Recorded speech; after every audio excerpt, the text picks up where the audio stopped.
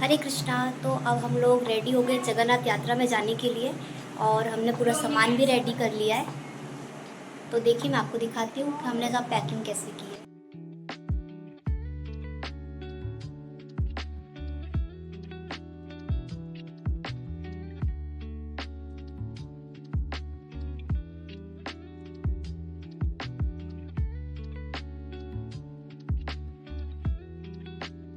तो हम लोग पहुंच चुके थे जगन्नाथ जी की रथ यात्रा में शामिल होने। और ये रथ यात्रा इस्कॉन BHL भोपाल द्वारा हर साल आयोजित की जाती है। यहाँ पर आप देख सकते हैं, यहाँ पे माताएं रंगोली बना रही हैं। प्रभु जी लोग ने सुंदर रथ सजाया हुआ है और यहाँ पर भगवान अब इस समय जब हम पहुँचे थे तो वस्त्र धारण कर रहे थे और सभी जगन्नाथ जी की रथ यात्रा के लिए तैयार हो गए थे। तो आइए जगन्नाथ जी की रथ यात्रा के साथ साथ मैं आपको जगन्नाथ जी की कथा सुनाती हूँ और इसके पीछे का रहस्य क्या है, जगन्नाथ जी के मंदिर का रहस्य क्या है, कैसे उनकी वहाँ स्थापना हुई, भगवान की क्या लीलाएं रहीं, वो मैं इस छोटे से व्लॉग के द्वारा आपको बताती हूँ। तो एक बार श्री कृष्ण द्वारका में विश्राम कर रहे थे और निद्रा में वह श्री राधा रानी का नाम का उच्चारण कर रहे थे। तो रानियों को मन में जानने की बहुत इच्छा हुई कि हम प्रभु की इतनी सेवा करते हैं लेकिन वह फिर भी श्री राधा रानी का नाम का उच्चारण कर। सभी रानियां रुक्मणी जी के साथ में रोहिणी माता के पास जाती हैं और उनसे अनुरोध करती हैं कि वह कृष्ण की प्रेम लीला, ब्रज लीला की कथा उनको सुनाए। रानियों की बात सुनकर रोहिणी जी ने कहा कि मैं सबको कथा तो सुना दूंगी लेकिन इस चीज़ की भनक श्री कृष्ण और बलराम जी को नहीं लगनी चाहिए। तो सभी रानियां रोहिणी माता के साथ में गुप्त स्थान पे गई और वहाँ पर द्वार पे सुभद्रा जी को खड़ा किया गया कि आप देखना, अगर श्री कृष्ण और बलराम यहाँ आए तो तुरंत वह रोहिणी माँ को बताएं तो वो कथा सुनाना बंद कर देंगी। तो ऐसा सुनिश्चित किया गया और हमारी सुभद्रा जी वहाँ द्वार पर बन के खड़ी हो गई। रोहिणी मैया ने कथा सुनाना शुरू की तो सभी लोग उसमें खो गए। सुभद्रा जी भी वहाँ पे द्वार पे खड़ी खड़ी उस कथा में खो गई और वह प्रेम भाव से श्री कृष्ण और बलराम की जो बाल लीला है उनका आनंद लेने लगी। थोड़ी देर में वहाँ पर श्री कृष्ण और बलराम आ गए। वहाँ भी खड़े खड़े माता से सुंदर कथा अपने बचपन की सुनते सुनते उसमें खो गए। थोड़ी देर में श्री कृष्ण, बलराम और सुभद्रा जी के हृदय में प्रेम भाव प्रकट हुआ। राधा जी की कथा में वह तीनों ऐसे खो गए जैसे कि वहाँ पर खड़े की खड़े ही रह गए। बहुत ध्यान से देखने पर उनके हाथ पैर नहीं दिखाई दे रहे थे। यह देखकर श्री नारद जी वहाँ पर आ गए और उन्होंने भगवान के स्वरूप को प्रणाम किया और उनसे यह इच्छा प्रकट की कि प्रभु आपके ये दिव्य दर्शन पूरे जगत को होना चाहिए। तो प्रभु इस बात से बहुत खुश हुए और उन्होंने कहा कि कलयुग में वह इस रूप में अवश्य धरती पर आएंगे। तो आगे हम जानेंगे कि श्री जगन्नाथ जी की प्रतिमा का निर्माण कैसे हुआ, इसमें इंद्रधून जी और उनके परिवार का क्या संयोग रहा। तो आइए अब जानते हैं राजा इंद्रधून और उनके परिवार के बारे में। तो राजा इंद्रधून जो कि श्रेष्ठ प्रजापालक थे, प्रजा उन्हें बहुत प्रेम करती। राजा इंद्रधून बहुत ही धार्मिक राजा थे। उनके मन में यह इच्छा थी कि वह एक मंदिर का निर्माण करवाना चाहते थे। तो राजा इसको लेके बहुत चिंतित थे कि मूर्तियों में किस देवता की मूर्ति की स्थापना की जाए। तो एक बार राजा विश्राम कर रहे थे, तब स्वप्न में उन्हें एक भविष्यवाणी सुनाई दी कि राजा, तुम प्रतिमाओं की चिंता मत करो, तुम मंदिर बनाना आरंभ करो। जब उचित समय आएगा तब आपको स्वतः ही पता चल जाएगा कि मूर्तियों को कैसे लाना है। और राजा ने इस स्वप्न को अपने मंत्रियों को बताया और राजपुरोहित द्वारा शुभ मुहूर्त निकलवाकर पूर्वी समुद्र तट पर एक विशाल मंदिर का निर्माण कार्य शुरू हो गया। वैदिक मंत्रों द्वारा मंदिर का निर्माण शुरू हो गया। बहुत मुश्किलों के बाद मंदिर का निर्माण पूरा हुआ। एक दिन राजा इंद्रधून मंदिर के गर्भगृह में यह सोच रहे थे कि मंदिर का निर्माण तो पूरा हो गया, अब मैं यहाँ पर विग्रह कैसे स्थापित करूँ। तो वह बहुत दुखी हो गए और उनके आंखों से अश्रु भी आने लगे। उसी दिन जब वह महल में विश्राम कर रहे थे तो उन्होंने पुनः एक स्वप्न देखा और स्वप्न में उन्हें कुछ वाणी सुनाई थी कि राजा, यहाँ पर निकट ही भगवान की मूर्ति है अगर तुम उसे खोज लोगे तो तुम्हें दर्शन तो भगवान के विग्रह का पता लगाने के लिए राजा इंद्रदूम्न ने 4 विद्वान पंडित खोजे। प्रभु की इच्छा से प्रेरित होकर चारों विद्वान 4 दिशाओं में निकल पड़े। चारों विद्वान अलग अलग दिशाओं में चले गए, लेकिन इंद्रदूम्न जी के छोटे भाई विद्यापति जो कि पूर्व दिशा की ओर गए और थोड़े आगे जाकर वह उत्तर दिशा की ओर गए। वहाँ सामने बहुत घना जंगल था। विद्यापति उस जंगल में चले गए। वहाँ पर विद्यापति ने बहुत ही मधुर संगीत सुना, जहाँ पर उन्हें मुरली, मृदंग, करताल की ध्वनि सुनाई दी। विद्यापति को संगीत का ज्ञान था, तो वह इस मधुर संगीत की दिशा की ओर चलने लगे। आगे जाते जाते वह एक पहाड़ पे पहुंच गए। वहां से उन्होंने देखा कि भील होते हैं उनका एक कबीला है और वहां पर ये संगीत का वादन किया जा रहा है। कबीले के ओर जाते हुए विद्यापति का सामना एक बाघ से हुआ। वह बाघ तेजी से विद्यापति की ओर दौड़ रहा था। यह देखकर विद्यापति मूर्छित हो गए, लेकिन वहां पर एक सुंदर कन्या ने आकर उस बाघ को आवाज दी और वह बाघ वहीं रुक गया और कन्या के पास आकर बैठ गया। क्योंकि विद्यापति मूर्छित हो गए थे, तो वह कन्या ने अपनी सखियों से जल लाने के लिए कहा, जिससे कि विद्यापति की मूर्छित अवस्था टूटे। फिर विद्यापति मूर्छित अवस्था में से बाहर आए और उस कन्या ने विद्यापति से पूछा कि आप कहाँ जा रहे हैं, आपका लक्ष्य क्या है। लेकिन विद्यापति इतना डर गए थे तो वह कुछ कह नहीं पा रहे थे। तो कन्या ने उनको अपने कबीले में आने के लिए कहा और अपने पिता से मिलने के लिए कहा। तो आगे हम जानेंगे कि नीलांचल पर्वत का क्या रहस्य है, नीलमणि का क्या रहस्य है। तो आइए चलते हैं कबीले में। कबीले में प्रवेश करने के बाद विद्यापति सबसे पहले मिले कबीले के राजा से, जिनका नाम है विश्ववसु, और विश्ववसु की पुत्री ललिता, जिन्होंने विद्यापति की जान बचाई थी, और अन्य कबीले के लोग से वहाँ मिले। जैसा कि हम जानते हैं कि विद्यापति बहुत विद्वान थे और उन्हें बहुत ज्ञान था, तो वह अक्सर कबीले में प्रवचन सुनाया करते थे, जिससे कबीले के लोग ललिता, विश्ववसु बहुत प्रभावित हुआ करते थे।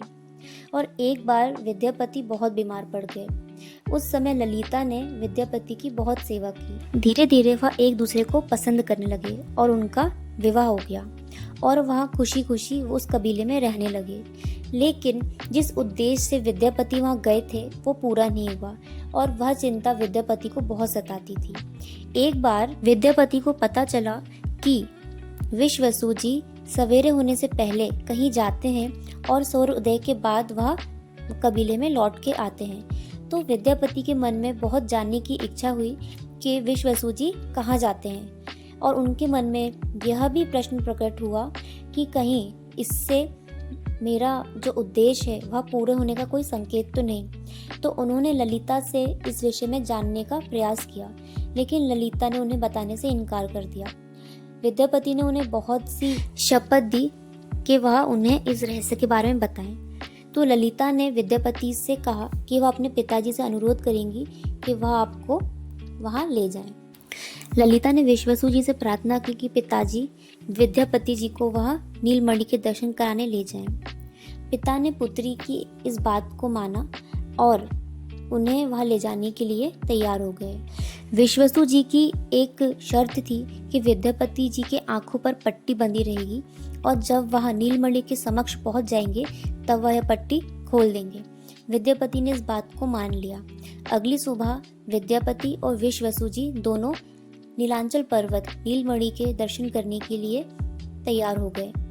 अब क्योंकि विद्यापति बहुत ही ज्ञानी थे तो उन्होंने अपनी एक पोटली में सरसों रख ली और वह रास्ते भर उस सरसों के बीज को डालते हुए आगे बढ़ते चले गए। फिर वह नीलमणि के समक्ष पहुंचे और उन्होंने साक्षात उस नीलमणि में श्री कृष्ण के दर्शन किए और उन्हें यह भास हो गया था कि जिस चीज़ की वह खोज कर रहे थे, जिस उद्देश्य से वो यहाँ आए थे, अब वो पूरा हो गया है। लेकिन उनके मन में यह संशय था कि वह इस नीलमणि को जगन्नाथपुरी राजा इंद्रदूम्न के पास कैसे ले जाएं। तो आइए अब आगे जानते हैं कि नीलमणि जगन्नाथपुरी कैसे पहुंची। तो एक बार यह हुआ कि विद्यापति मन में सोच रहे थे कि वह नीलमणि को कैसे ले जाएं।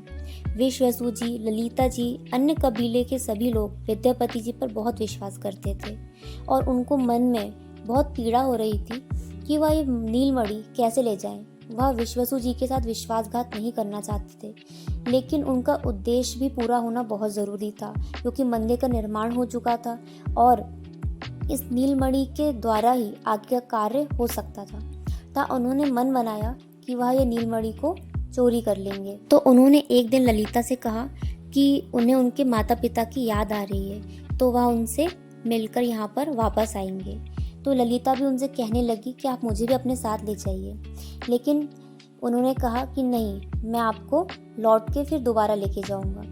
फिर वह नीलमणि लेकर तुरंत इंद्रधून के पास वहाँ पर उन्हें राजा इंद्रधून को सारी बात बताई कि कैसे वो यह नीलमणि यहाँ लेकर आए।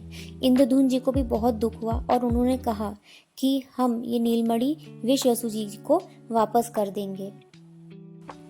फिर से राजा को एक सपना आया कि समुद्र में एक लकड़ी का टुकड़ा बहकर आ रहा है और उसी लकड़ी के टुकड़े से भगवान श्री जगन्नाथ, बलराम और सुभद्रा जी की मूर्ति बनाई जाएगी।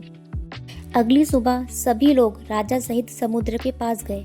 उन्हें वह लकड़ी का टुकड़ा भी दिखाई दिया। हजारों सैनिक द्वारा भी उस लकड़ी के टुकड़े को किनारे पर लाने में राजा असमर्थ रहे।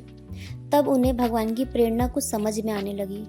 उन्होंने विद्यापति से कहा कि हमें यह नीलमणि विश्वसु जी को वापस कर देनी चाहिए और उनसे क्षमा मांग लेनी चाहिए और उन्हें यहाँ बुलाकर इस लकड़ी को स्पर्श कराना चाहिए जिससे कि यह किनारे पर आ जाए।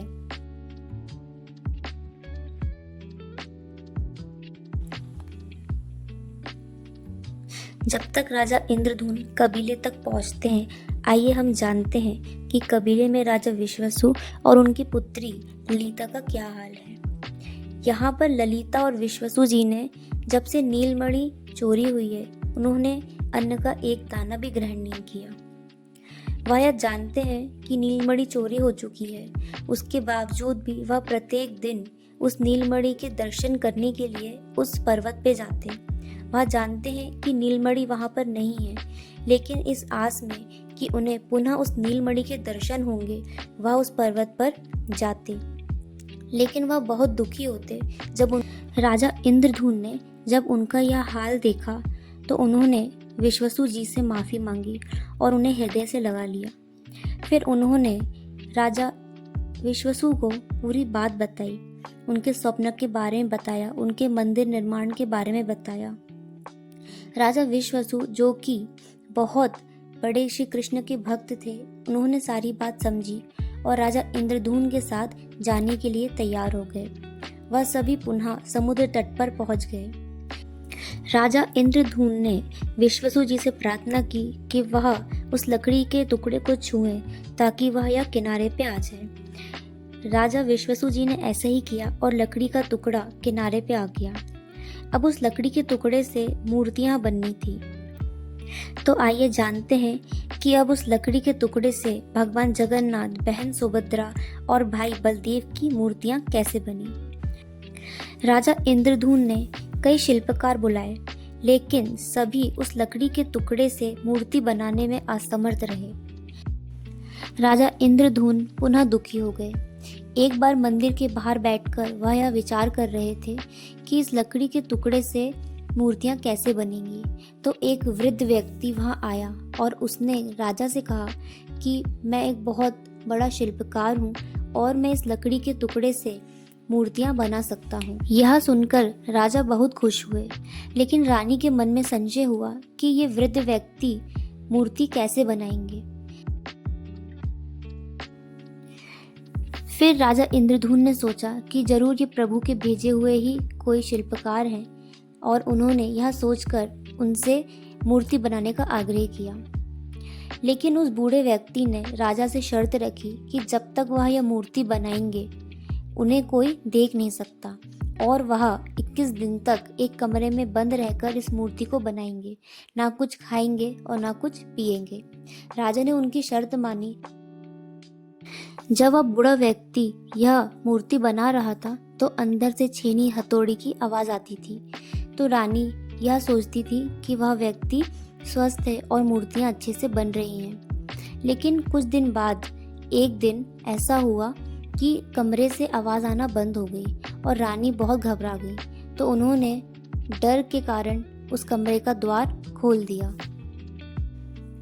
जैसे ही रानी गुंडीचा ने द्वार खोला वैसे ही वह वृद्ध व्यक्ति अदृश्य हो गया और भगवान की मूर्ति पूरी निर्माण ना हो पाई। भगवान के हाथ व पैर निर्माण ना हो सके।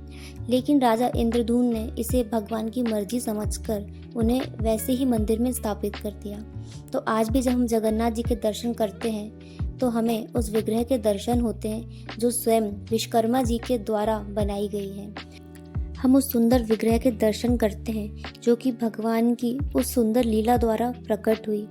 हम उस सुंदर विग्रह के दर्शन करते हैं जगन्नाथपुरी में, जो कि राजा इंद्रद्युम्न, रानी गुंडीचा, विद्यापति, ललिता और राजा विश्वसु द्वारा, उनके प्रयास द्वारा हम इस संसारिक मनुष्य को सुंदर जगन्नाथ जी के दर्शन करने को मिले। तो यह थी श्री जगन्नाथ जी की कथा। मुझे जितना कथा के बारे में पता था, जितना मैंने सुना है, वह या मैंने इस कथा में कहा। अगर मुझसे कुछ त्रुटि हो गई हो तो उसके लिए मैं क्षमा चाहती हूँ और कहती हूँ जय जगन्नाथ, जय सुभद्रा, जय बलराम। हरे कृष्णा, जय हिंद।